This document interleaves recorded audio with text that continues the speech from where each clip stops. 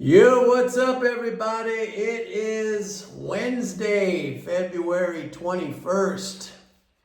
So the market was down, but then it kind of bounced, and we had NVIDIA earnings after the close, and they blew away their earnings. I got to say something briefly about NVIDIA.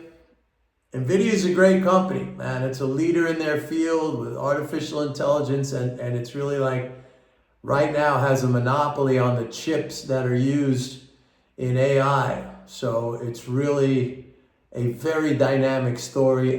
Full disclosure, I own NVDA stock. I bought it last year when investors panicked and they sold it down to like $160 a share. I was buying it up below 200. So it's been really great, but I have to say this.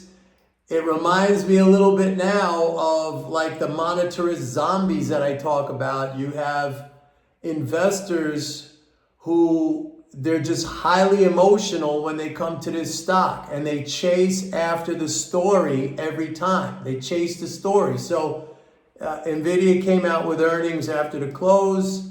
Earnings were fantastic. They gave really positive guidance. So these zombies, we're going to call them the NVIDIA zombies, they jumped in and they bought it. This happened in the past. And then that move, that aftermarket move was completely given back and then some. And I suspect we'll see the same pattern again with this. Long term, I think, like I said, it's a dynamic company. And I'm bullish on it, but I do not chase it. I do not chase it. I got in at a very good level. And if it pulls back, I will buy some more. But the purpose of this video today is sort of a continuation of what I was talking about yesterday, where I argued that you cannot be a capitalist and at the same time claim that government spending necessarily automatically leads to inflation. And I'm going to give you an example today, which I hope clarifies this idea, because I see comments, people posting comments like, Mike, what about, the dilution of the currency, the loss of purchasing power, this kind of stuff. And I want to run through an example. But before I do that, I want to apologize because I don't do any fancy graphics on this channel. I'm gonna talk you through this and let you know that all the numbers I am using in this example, you can Google it. And I'm gonna provide a link in the discussion here where you can go check out the notes that I put together on this, so you could see how I came up with these results.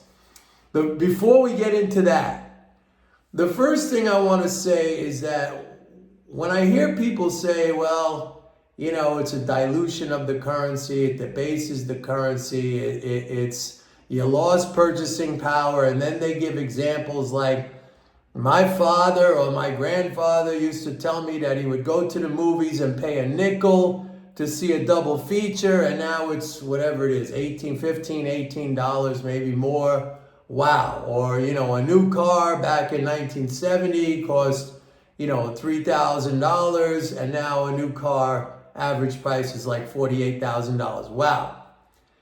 That is, to use that as your proof of dilution or loss in purchasing power, that's a very, very poor example, and it's a very, very unsophisticated example.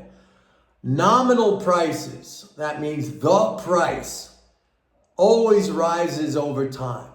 But that doesn't give you a lot of information, okay? Because for us, for most people, we have to work to earn money, okay? We labor to earn money, I would say, for most people, unless you're born rich and you have money and whatever.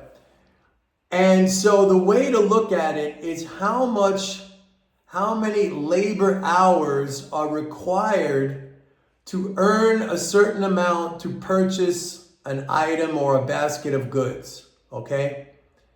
And the example I'm going to use it would be for a new car. By the way, the other thing that is wrong with using that comparison, like it was a nickel to go to the movies and now it's $18, I mean, that doesn't include technological advancement, okay? Movies, when they were a nickel, they might have been silent movies, or they might have been black and white, or very crude talkies, you know? Now you have like really an immersive experience. You have this surround sound. You got streaming on your iPhone, on your phone, on your television set. Same thing with cars. I mean, I'm old enough to remember where even with a new car, you know, when I was a kid, like with my parents, I could remember, and for those of you who are around my age, even if you had a new car, you didn't know for sure if that car was going to start up on the first, you know, crank of the key or push of the button. I mean, now we don't even think about things like that.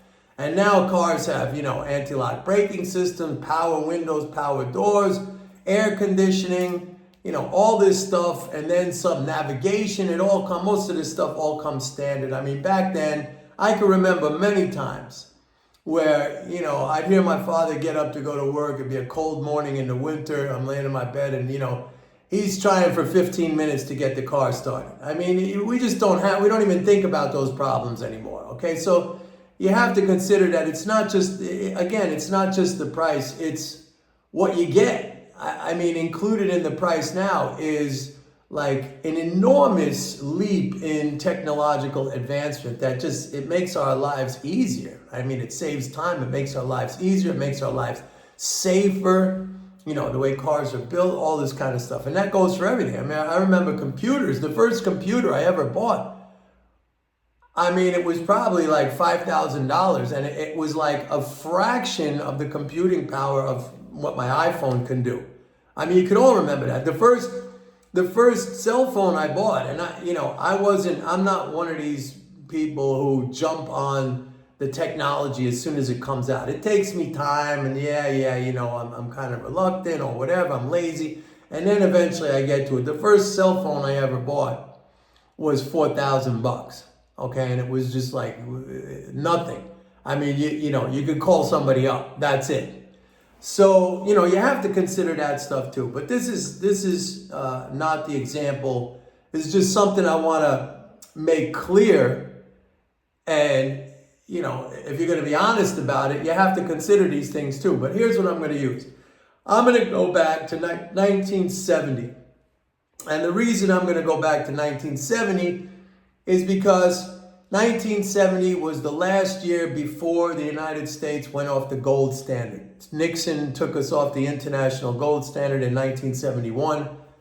Why is that important? Because you could argue, and a lot of these hard money people and these inflationista people, they say that, as soon as we got off the gold standard, that basically gave the government a free rein, free license to print as much money without it being, you know, backed by something. You know, there was no constraint. There was no, in their eyes, there was no discipline to money creation. Okay, so I'm going to go back to 1970 and compare 1970 to nowadays. Okay? And don't forget, in that period of time, I mean, 1970, we basically, the United States had a balanced budget. I mean, we maybe had a tiny deficit, or, you know, the so-called debt, which is now 34 trillion. So the expansion of that money supply from like 0 to 34 trillion, that's like an infinite percentage. Okay, so keep that in mind when I explain this to you. So I went back and I checked the numbers. So in 1970, and if you see me glancing off like this, I'm just looking at my notes, all right? In 1970, the average price of a new car was $3,450, okay? And back then, average hourly earnings, in other words, how much people earned in an hour of labor, in an hour of work, was $3.23, okay? So when you divide 3,450, that's the price of the car, by $3.23, it took you 1,068 hours of labor to earn enough money to buy a new car. Okay, that's how you have to look at it. We sell our labor for money, and then we exchange that money for a basket of goods or an item like an automobile. What about today? The average price of a new car today is $48,000. I didn't even realize it was that high. I mean, I had no clue. And the average hourly earnings today is $34.55. So today it takes 1,389 hours of labor to earn enough to purchase a new car. So it's true that there has been some loss in purchasing power, basically about a 30% loss in purchasing power, okay, over that time. When you really compare it apples to apples. How much labor time in 1970 to buy that new car compared to how much labor time? Remember, we're only using labor time. I didn't include the value of all the stuff you get in a new car that I mentioned before compared to nowadays. A car that starts every single time in any weather condition with all the gadgets and the amenities and everything else like that. I didn't include any of that stuff, okay? The fuel mileage, all that stuff. Here's something interesting though, Isaac. Here's something interesting. Because a lot of people have jumped on this, the inflation, hyperinflation, because the government printed too much money during the pandemic, right? During the pandemic, everybody's like, oh, they printed all this money and created inflation. So if I go back to 2019, which is pre-pandemic, here are the numbers. The average price of a new car in 2019 was $38,948. And average hourly earnings in 2019 were $28.37. So it took 1,372 hours of labor time to buy a new car in 2019, and nowadays it takes 1,389 hours. So it's a 1.2% increase. All right, so with the massive, and remember, we went from the annual spending by the government in 2019 was like $4.5 trillion. Now it's over $7 trillion. So in a very short period of time, 4 years,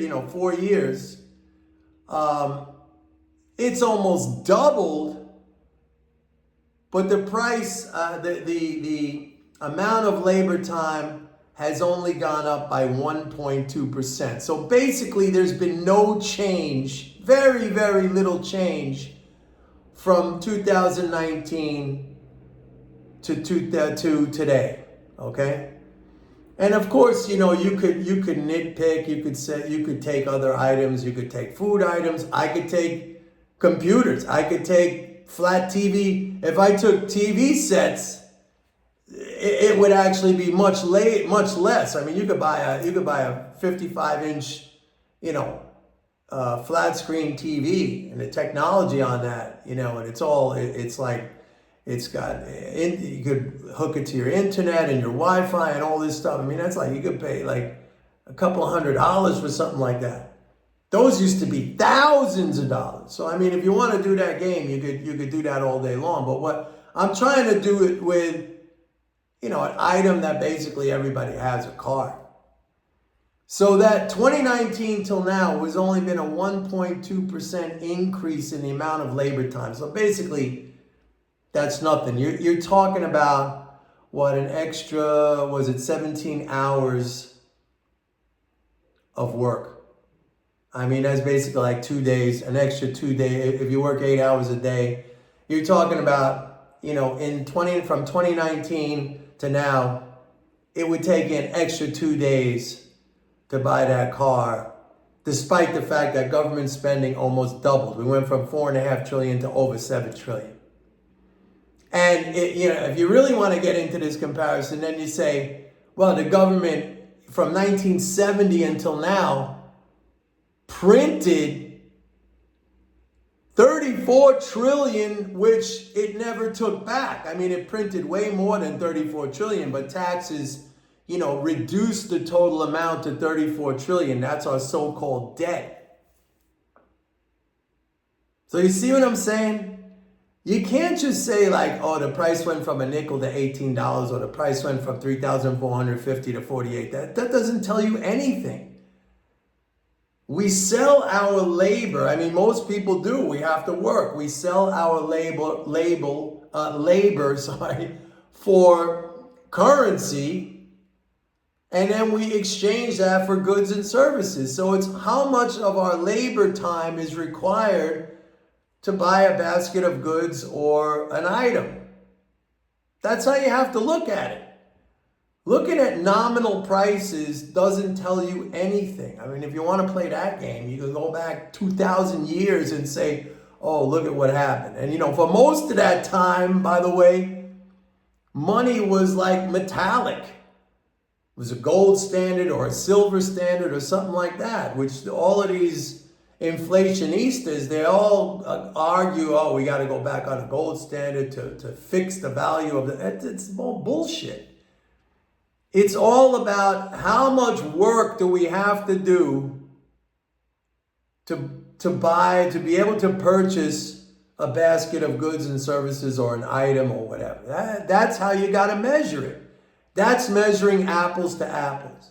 And again, I didn't even, I'm telling you, or I'm reminding you that so much new technology goes into, that's just normal, that technological advances just make products better, make services better. Think about medicine. Okay, there used to be a time in the 19th century where you would go to the barber, and if you had something wrong with you, the barber would drain out your blood. So then what happens? You freaking die. Yeah, so the disease didn't kill him, but the barber's remedy did. I mean, you got incredible advances in medicine nowadays. Like, you can't even compare. But I didn't even include that. I mentioned it, so, you have awareness about it. But that's what it is. There has been, since 1970 until now, there has been, I would say, about a 30% loss in purchasing power. I don't think that has anything to do with the dollar necessarily. I think that has to do more, frankly, if you ask me what I think it is, I think that has to do more with a concentration of corporate power. Like, you just don't have, industries are dominated. Many industries now are dominated by a couple of firms, sometimes even one firm. We hear this stuff all the time when it comes to the tech companies. They're completely dominant. They're almost like monopolies. And I think that has to do with policy. I mean, we've created policies. I mean, we've created policies that allow this, conglomeration, this kind of, where firms can merge and dominate particular industries, and then there's not a lot of competition. I think that's the reason for the 30% loss in purchasing power over, the last 54 years. Personally, that's what I think. I also think part of it has to do with the financialization of our economy, where you have these, basically Wall Street involved in everything, having to take a fee for itself. That's like a parasitic entity, Wall Street. The financialization of everything, as opposed to really building or investing in productive capacity. Okay, we're lucky we got, like China, and we've been relying on that. But Wall Street has been a big factor in this. And again, it's not cool that we lost 30% purchasing power, but when you went from basically zero money, a balanced budget, to 34 trillion, injected into the non-governmental sector over those 54 years, right? That's our so-called debt. It's not a debt. It's $34 trillion out there that people hold that was a gigantic transfer over the years of that amount, 34 trillion, and you lost 30%. Again, I'm not cheering, it's only 30%. That's significant. I agree with you guys, but there's other factors. And if you go back to 2019 and compare 2019 to now, 1.2%, and we basically went from a 4 trillion annual government spending to a 7 trillion plus, and basically no change. Basically no change whatsoever. So I'm sorry, but if you're going to keep arguing that, it's just wrong. I don't know. I mean, this is mathematical. It's just wrong. I mean, if you argue that, all you're doing is buying into some kind of a dogma or opinion or mythology because you want to believe that. And you're closed to actual understanding. I can't do anything about that. If you're closed to availing yourself to information, to understanding, to knowledge, then you're closed. I can't come to your house and, open up your mind and say, hey, look at it like this because this is the real way that it is. You're closed. If you're closed, you're closed. There's nothing I can do about it. Anyway, that's it for today. I'm going to put this up as a link. I don't know if it'll be up immediately, but check back. I'll put it up as a link. But you could Google these numbers yourself. I mean, it's, it's no big deal. All right, everybody. That's it for today. And, see you tomorrow. Bye.